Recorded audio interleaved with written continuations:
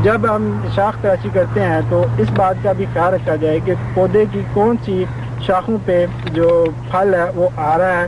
اگر اس لحاظ سے جب آپ شاخ تراشی بعض دفعہ ایسی برانچوں کی کر دے جن پہ پھل آنا ہوتا ہے تو اس سے پودے میں اگلے سال پھل کم آئے گا. اس بات کا خاص طور پر خیال رکھنا چاہیے تاکہ ہمیں اس بات کا اندازہ رہے کہ کس ٹہنی پہ یا کس شاخ پہ جو پھل ہے وہ آنا ہے.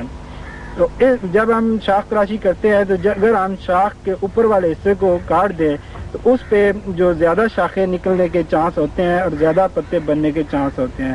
اس لیے شاخ تراشی کرتے وقت اس بات کا بھی خیال رکھا جائے کہ جو پودے کے شاخ کا سرا ہے اس پہ بالکل ایک شاخ ہو یا دو ہوں، اس سے زیادہ شاخیں پیدا ہونے نہ پائیں. اس لحاظ سے شاخ تراشی کرتے وقت پودے کی جو سرے والی شاخ ہے اس کو ایک شاخ کو چھوڑ دینا چاہیے اور باقی شاخوں کو کاٹ دینا چاہیے. جب ہم شاخ تراشی کرتے ہیں تو جو سرے والی شاخیں ہیں وہاں پودے کی خوراک کیونکہ زیادہ جمع ہو جاتی ہے تو اس وجہ سے اس کے اوپر زیادہ پتے اور زیادہ پودے جو ہیں زیادہ شاخیں جو ہیں وہ نکلنا شروع ہو جاتی ہیں. شاخ تراشی کرتے وقت اس کا مقصد ایک اور بھی ہے کہ جب ہم شاخ تراشی کرتے ہیں تو جب پھل پیدا ہوتا ہے تو کیونکہ پھل اگر شاخ تراشی نہ کی گئی ہو تو اس میں جو پتے اور ٹہنیاں زیادہ ہوتی ہیں جو کہ پھل کے اوپر سایہ رکھتی ہیں اور پھل اچھے طریقے سے بڑھنے اور اس کا جو رنگت ہے وہ صحیح طریقے سے پیدا نہیں ہو پاتی. اس لحاظ سے جو شاخ تراشی ہے وہ پھل کے بڑھنے اور اس کے رنگ بنانے یا رنگ کی صلاحیت کو برقرار رکھنے کے لیے بھی شاخ تراشی جو ہے وہ بے حد ضروری ہے.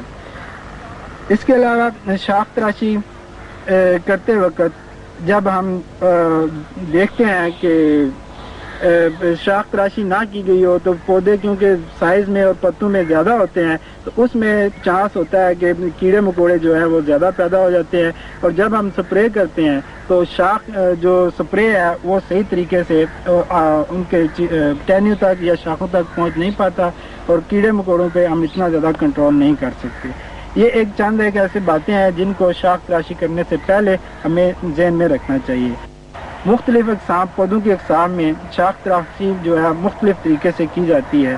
اس کے کئی ایک سسٹم ہے یا کئی ایک طریقے ہیں جن میں ایک پہلا طریقہ عام طور پہ جو استعمال ہوتا ہے وہ ہے سینٹرل لیڈر سسٹم، اس کے بعد اوپن سینٹر سسٹم، اس کے بعد ماڈیفائڈ سینٹر سسٹم.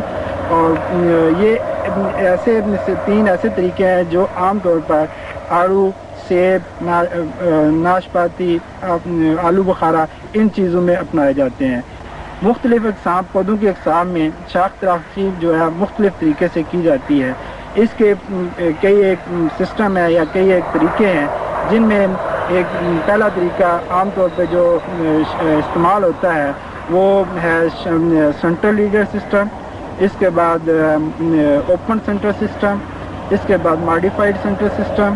اور یہ تین ایسے طریقے ہیں جو عام طور پر آڑو، سیب، ناشپاتی، آلو بخارا ان چیزوں میں اپنائے جاتے ہیں. سینٹرل لیڈر سسٹم میں عام طور پر اس طرح ہوتا ہے کہ سینٹر والی شاخ کو بڑھنے دیا جاتا ہے اور اس کے ساتھ نیچے 2 یا 3 شاخوں کو سائڈوں پہ بڑھنے دیا جاتا ہے. اوپن سینٹر سسٹم میں جو سینٹر والی شاخ ہے اس کو کاٹ دیا جاتا ہے اور سائڈ والی شاخوں کو بڑھنے دیا جاتا ہے. اس میں یہ تھوڑا سا فرق ہے کہ ایک سسٹم میں سینٹر والی شاخ کو کاٹ دیا جاتا ہے اور دوسرے سسٹم میں سینٹر والی شاخ کو رکھا جاتا ہے. ان دونوں طریقوں کے اپنے فوائد اور نقصانات ہیں. فائدے عموماً یہ ہوتا ہے کہ جو سینٹر والی شاخ ہے وہ پودوں کو زیادہ مضبوط فریم ورک یا ڈھانچہ جو ہے وہ دیتی ہے. اور جو اوپن سینٹر سسٹم ہے اس میں یہ ہوتا ہے کہ پودوں میں زیادہ روشنی وغیرہ جو ہے وہ پہنچ پاتی ہے اور پھل جو ہے وہ زیادہ بہتر طریقے سے پک سکتا ہے. اس کے علاوہ پامیٹ سسٹم جو ہے وہ عام طور پر ناشپاتی میں اپنایا جاتا ہے اس طریقے میں پودوں کو سائڈوں پہ پھیلایا جاتا ہے تاکہ پودے جو ہے وہ اندر کی طرف پھیلنے نہ پائیں بلکہ باہر کی طرف سائڈوں کی طرف پھیلیں. اس طریقے سے جو کھیتوں میں ہل چلانے میں آسانی رہتی ہے اور اسپرے وغیرہ کرنے میں آسانی رہتی ہے. اس طریقے کو اپنانے کے لیے 2 یا 3 تاریں پولوں کے ساتھ باندھ کے تو شاخوں کو ان کے ساتھ سیدھا باندھا جاتا ہے.